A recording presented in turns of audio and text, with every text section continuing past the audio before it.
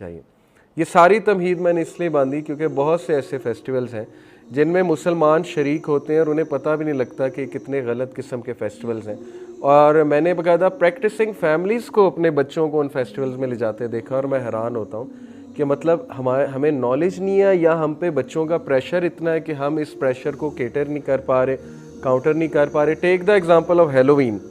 अभी एम्पोरियम में भी जो है वो हेलोवीन का पूरा एक वो स्टॉल भी लगा हुआ है या जो भी वो एक पूरा फन लैंड बनाया हुआ है हेलोवीन। और वो I think scary hello house के नाम से या पता नहीं किस नाम से वो पूरा उन्होंने एक वो डीमंस का और वो अजीबोगरीब गोस्ट और मॉन्स्टर्स का वो बनाया हुआ है। बहरहाल नॉलेज नहीं है, नॉलेज की कमी है उनके नज़दीक। ये ज़ाहिर है जो बिजनेसमैन है उसके नज़दीक एक वो अट्रैक्शन भी है और पैसे कमाने की अपॉर्चुनिटी भी है और नॉलेज की कमी तो है ही।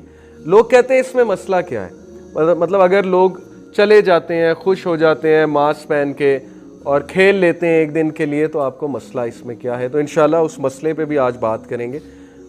उसके लिए ज़रूरी है कि मैं हिस्ट्री बताऊं हेलोवीन की और मैं ये पॉइंट समझाऊं हमारी यूथ को कि क्यों हमें ऐसे फेस्टिवल में शरीक नहीं होना चाहिए और इन फेस्टिवल्स को कमेमोरेट हमें नहीं करना चाहिए। देखें, one of the greatest things you need to protect in your life is your belief system. जब इंसान का बिलीफ सिस्टम चला गया तो उसकी आइडेंटिटी चली गई और जब उसकी आइडेंटिटी चली गई तो फिर आइडेंटिटी क्राइसिस होता है। ऐसे शख्स को सोशियोलॉजी की लैंग्वेज में मार्जिनल मैन कहते हैं और जनरेशन जी मार्जिनल मैन है। जनरेशन जी है जो 2000 के बाद पैदा हुए, 2000 के बाद जो पैदा हुए उस जनरेशन को जनरेशन जी कहते हैं। मार्जिनल मैन से मुराद है द हैंगिंग मैन, जो कि लटका हुआ है दो कल्चर्स के दरमियान। यानी एक तरफ जो है वो मीडिया का कल्चर है और जैसे एक सलफ ने कहा ना कि जब आप फॉल्सहुड देखते हो और फॉल्सहुड सुनते हो तो फिर हक की पहचान आपके दिल से ख़त्म हो जाती है, फिर you can't recognise the truth. अब ज़ाहिर है आज नेटफ्लिक्स का दौर है, टीवी सीरीज़ का दौर है, हम सबको पता है क्या चल रहा है, मार्वल मूवीज़ का दौर है, कॉमिक्स बनाए उन्होंने, बचपन से लोग कॉमिक्स पढ़ते आ रहे हैं, मैं भी पढ़ता था। ज़ाहिर है शुरू से दीन की तरफ नहीं थे तो सबको अच्छे लगते हैं, इसमें कोई वो दूसरी राय नहीं है। बतौर इंसान फितरत है इंसान की एंटरटेनमेंट की तरफ जाना, इन चीज़ों को पसंद करना, तो हमारे बच्चे करते हैं। इसलिए डांट डपट करके या सख्ती करके तो हम उन्हें नहीं समझा सकते, ये तो श्योर है। अगर आप समझते हैं कि आप जनरेशन जी का हाथ पकड़ेंगे, उनको डांट डपट करेंगे, उनको मारेंगे और कहेंगे ये नहीं करना, तो फिर आपकी सोच है, फिर वो तो ज़रूर करेंगे, फिर तो कंफर्म है वो करेंगे। ठीक है, उनको हैंडल करने का एक तरीका है जनरेशन जी को। इस पर मेरी पेरेंटिंग की सीरीज़ भी है यूट्यूब पे, अगर कोई इंटरेस्टेड है वो देख सकता है। उसमें मैंने बताया कि ये जो जनरेशन है इसकी पेरेंटिंग कैसे करनी है। तो बहरहाल बहुत बड़ा चैलेंज है हमारे लिए कि हमने उनकी कल्चरल वेव को कैसे काउंटर करना है, क्योंकि ये कल्चरल वेव सिर्फ एंटरटेनमेंट के हवाले से नहीं है, ये बाकायदा हमारा बिलीफ सिस्टम हिट करने के हवाले से। अब मैं ये नहीं कह रहा कि वो कोई साजिश कर रहे हैं बैठ के, ये अल्लाह बेहतर जानता है कि वो एक साजिश के तहत कर रहे हैं या वो बस पावरफुल है तो अपना कल्चर आगे भेज रहे हैं। ऐसे ही होता है ना, जो पावरफुल होता है वो अपना कल्चर आगे भेजता है, बस इतनी सी बात है। तो कल्चर वो अपना आगे भेज रहे हैं और उस कल्चर के साथ उनकी आइडियोलॉजी भी आगे आ रही है और हमारा बिलीफ सिस्टम ख़तरे में। हमारा बिलीफ सिस्टम क्या है मोटे मोटे अल्फाज में कि अल्लाह और रसूल की बात फ़ाइनल है। ये हमारे बिलीफ सिस्टम का बहुत बुनियादी रुकन है। आज हमारे बच्चों को ह्यूमन राइट्स की बेसिक तारीफ़ ही क्या सिखाई जा रही है। मैंने ख़ुद स्कूल्स की किताब में पढ़ा, सोशल स्टडी की book 4th class 5th class की, जितने बड़े स्कूल्स हैं उनकी सोशल स्टडी की किताब में ह्यूमन राइट्स की बेसिक तारीफ़ 4-5 पॉइंट्स हैं। उनमें से एक पॉइंट ये कि every person should be allowed to live as they want. अब ये बिलीफ सिस्टम पे हमला है, नियतन नहीं कह रहा, बस ये उनकी एक डेफिनेशन है ह्यूमन राइट्स की, उन्होंने लिख दी। लेकिन जब ये ह्यूमन राइट्स की डेफिनेशन हमारा बच्चा पढ़ेगा और एब्जॉर्ब करेगा 4th 5th क्लास में कि to live a life as I want, कि जैसी ज़िंदगी मैं गुजारना चाहता हूँ वैसी मैं गुजारूँ, तो कल को उसे अहदीस हराम और हलाल की वो तो अच्छी नहीं लगेंगी। वो कहेगा कि ये क्या, मैंने तो पढ़ा था कि मैं तो जैसी मर्ज़ी ज़िंदगी गुजारूँ, लेकिन आज मुझे बताया जा रहा है कि ये ना करो, वो ना करो, ये पहनो, वो पहनो। इस्लाम क्यों कहता है दुपट्टा लो, इस्लाम क्यों कहता है हिजाब करो। मैंने तो पढ़ा था ह्यूमन राइट्स ये है कि जैसा मैं ज़िंदगी गुजारना चाहूँ या जैसी मैं ज़िंदगी गुजारना चाहूँ वैसी मैं गुजारूँ। तो ये फ़लसफ़ा ना सिर्फ किताबों में बल्कि ये फ़लसफ़ा टीवी सीरीज़ में, कार्टून मूवीज़ में हर जगह से बम्बार्ड किया जा रहा है हमारे बच्चों पे।